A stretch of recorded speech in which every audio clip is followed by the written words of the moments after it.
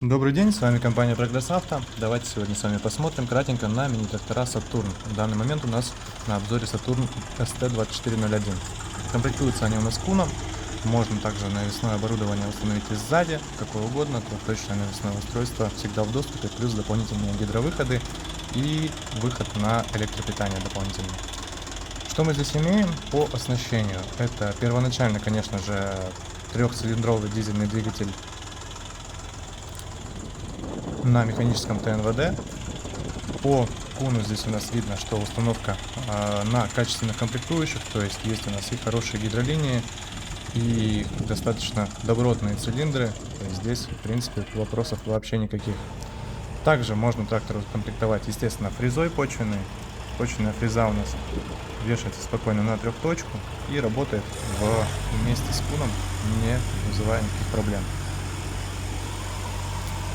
Собственно, вот у нас трактор. Естественно, легко это все передвигается, управляется, в отличие от других вариантов китайских тракторов.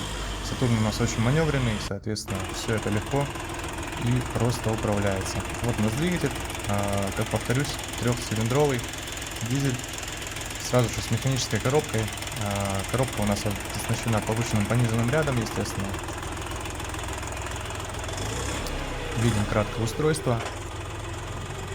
Гидроусилитель руля, также видим рулевую рейку, соответственно, с наконечничками, что позволяет нам опять же маневрировать на тракторе очень легко.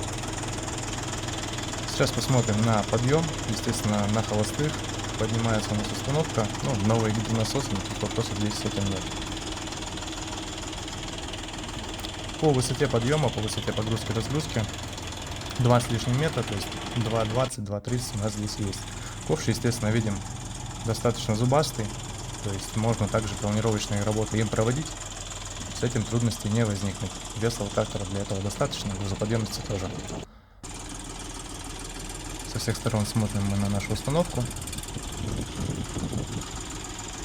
Так, достаточно лаконично он собран, по качеству, конечно же, превосходит своих предшественников китайских, то есть здесь уже приятно им управлять, приятно на нем ездить и приятно им пользоваться. Ну, а по навесному оборудованию, естественно,